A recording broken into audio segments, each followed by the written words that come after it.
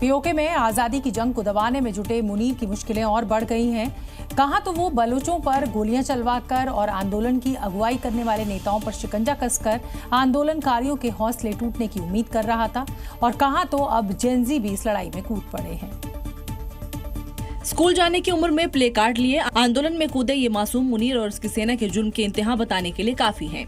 पिछले 14 दिनों से जारी इस आंदोलन को कुचलने के लिए मुनीर ने गोलियां चलवाई, पर उनके हौसलों को तोड़ नहीं पाई। लेकिन आंदोलन की आग बुझने की बजाय उसके हर पैंतरे के बाद और ज्यादा भड़कती गई,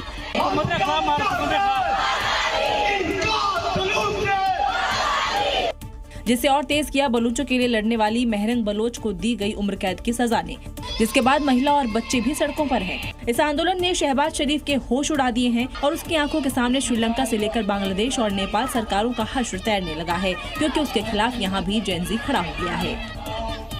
मुहर्रम के मौके पर पाकिस्तान के कराची में आयोजित मजलिस में एक बड़ा हादसा हो गया है। यहां डिफेंस फेज इलाके में कार्यक्रम स्थल पर एक पिकअप वैन ब्रेक फेल होने के बाद जा घुसी और इसमें महिलाओं और बच्चों समेत कई लोग घायल हो गए।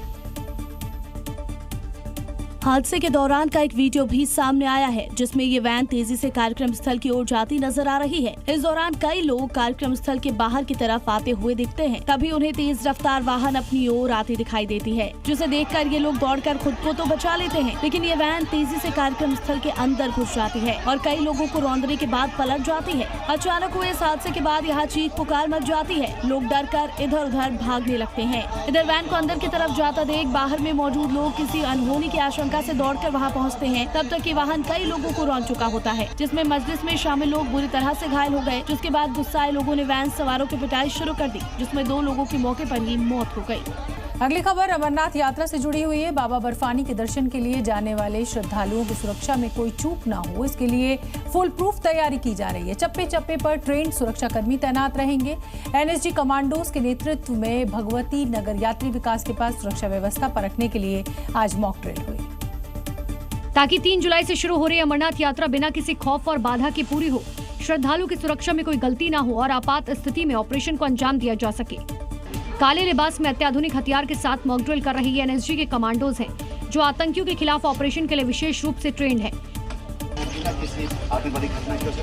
अमरनाथ यात्रा के दौरान अगर आतंकी कोई भी हरकत करेंगे तो ये कमांडो पलक झपकते उनका खात्मा कर देंगे।